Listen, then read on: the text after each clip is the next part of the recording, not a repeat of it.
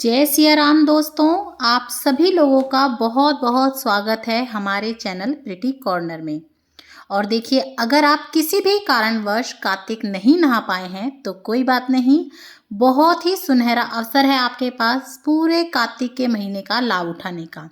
तो देखिए, कार्तिक मास की जो एकादशी आती है शुक्ल पक्ष की, उससे लग जाते हैं हमारे पंच भिक्खु या भीष्म पंचक। और आज की इस वीडियो में मैं आपको उसी की कथा सुनाने वाली हूँ। और देखिए, पंचभिखम नहाना कैसे है, क्या क्या उसमें करना होता है, उसके लिए मैंने डिटेल में वीडियो बना के चैनल पे डाल रखी है। लिंक आपको मिल जाएगा, उसे भी आप ज़रूर देखिएगा।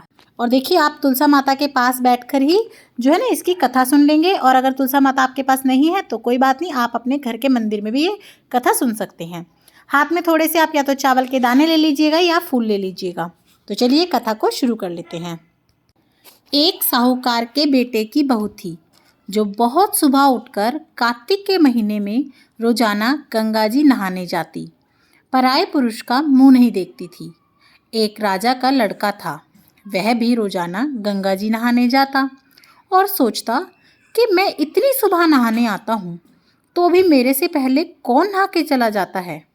5 दिन कार्तिक के रह गए। उस दिन साहूकार की बहू तो नहा के जा ही रही थी कि राजा का बेटा आ रहा था। खुड़का सुनकर वह जल्दी जल्दी जाने लगी तो उसकी माला मोचनी वहीं छूट गई। राजा आया, माला मोचनी इतनी सुंदर है तो इसे पहनने वाली कितनी सुंदर होगी। सारी नगरी में राजा ने हेला फिरा दिया कि जिसकी यह माला मोचनी है वह मेरे पास 5 दिन आएगी। जब तक उसकी माला मोचनी मेरे पास रहेगी मैं उसकी माला मोचनी नहीं दूंगा। साहूकार के बेटे की बहू ने कहलवा दिया कि मैं 5 दिन आऊंगी, पर किसी को साख भरने के लिए बिठा देना। राजा ने गंगा जी पर बिछावन करके एक तोते को पिंजरे में टांग कर रख दिया। वह सुबह आई, पहली पौड़ी पर पैर रखा। वह बोली कि हे कातक ठाकुर राय दामोदर, पांचू पांडो छठो नारायण भीषम राजा, उस पापी को नींद आ जाए। मैं सत की हूँ तो मेरा सत रखना। राजा को नींद आ गई और वह नहा धोकर जाने लगी तो तोते से बोली कि सुवा सुवा सुवटा गल घालूंगी हार, साख भरियो मेरा वीरा।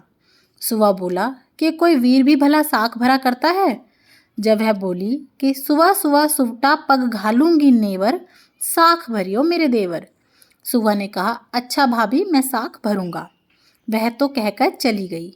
राजा हड़बड़ाकर उठा, सुवा से पूछा कि सुवा सुवा वह आई थी क्या, कैसी थी। सुवा बोला, आभा की सी बिजली, होली की सी झल, केले की सी कामनी, गुलाब का सा रंग।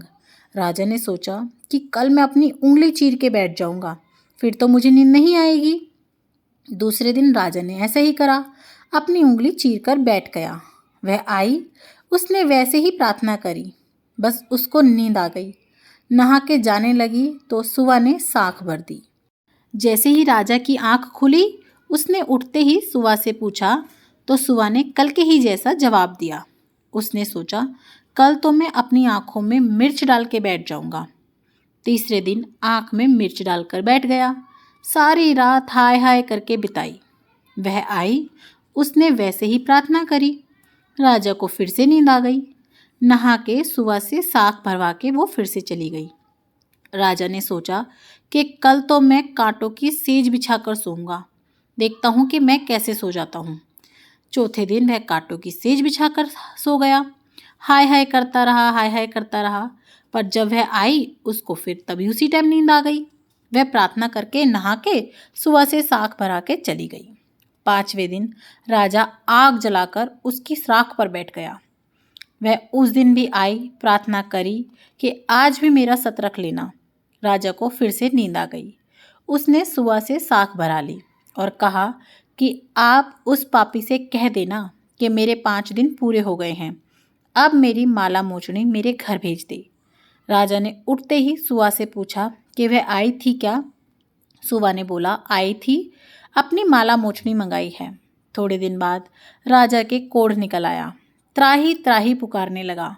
ब्राह्मण को बुलाकर पूछा कि सारे शरीर में जलन कैसे लग गई। ब्राह्मण बोला कि यह कोई पवित्र स्त्री का पाप धरा है, जिससे लगी है यह जलन। राजा ने पूछा कि अब कैसे ठीक होगा। ब्राह्मण बोला कि उसको तुम धर्म की बहन बनाओ और उसके नहाए हुए जल से तुम नहाओ, तो तुम्हारी जलन कोढ़ सब ठीक हो जाएगा। राजा माला मोचनी लेकर उसके घर गया और साहूकार से बोला कि ये तेरी बहू गंगा जी पर भूल आई थी, यह उसे दे दो और कह देना कि अपने नहाए हुए जल से मुझे नहला दे। साहूकार बोला कि वह तो पराये पुरुष का मुंह तक नहीं देखती, तू इस नाली के नीचे बैठ जा, वह नहाएगी तो तेरे ऊपर पानी पड़ जाएगा। राजा नाली के नीचे बैठ गया। जैसे ही वह नहाई जल गिरने लगा तो राजा के ऊपर भी जल गिर गया। उससे राजा की जो काया थी वो कंचन हो गई। पंच भिक्षु देवता जैसे साहूकार की बहू का सत रखा, ऐसे ही सबका रखना। कहते सुनते हुंकारा भरते हमारे सारे परिवार का रखना। इसके बाद देखिए हमने जो है ना पंच भिक्षु का दिया जलाना है, और वो जो 4 मुँह का होता है। एक दिया तो हमने पहले ही जलाया था, जो तुलसा माता के आगे जलाया था, जो हम मतलब ये कार्तिक नहाय का जलाते हैं। और उसके बाद जो हम पंच भिक्षु का दिया जलाते हैं, अब हम वो जलाएंगे जिसमें एक तरह से ये हम हवन सा कर देते हैं।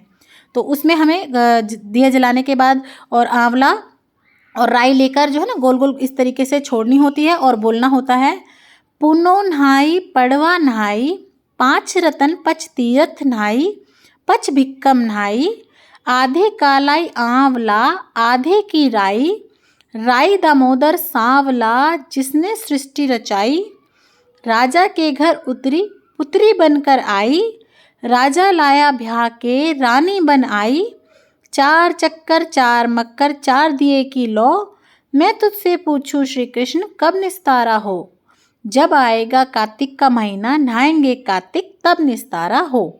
तो देखिए इस तरीके से आप जो है ना पंच भिक्षु की कथा सुन सकते हैं, और ये इस तरीके से पंच भिक्षु का जो दिया है ना उसमें मंत्र बोलकर आंवला और राई छोड़ सकते हैं।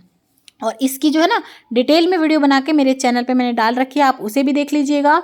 और कार्तिक के महीने से रिलेटेड सभी वीडियोस की मैं प्लेलिस्ट बनाकर जो है ना डिस्क्रिप्शन बॉक्स में भी डाल दूंगी, और देखिए ऊपर आई बटन में भी आ रही होगी, आप क्लिक कर कर सारी वीडियोस देख सकते हैं।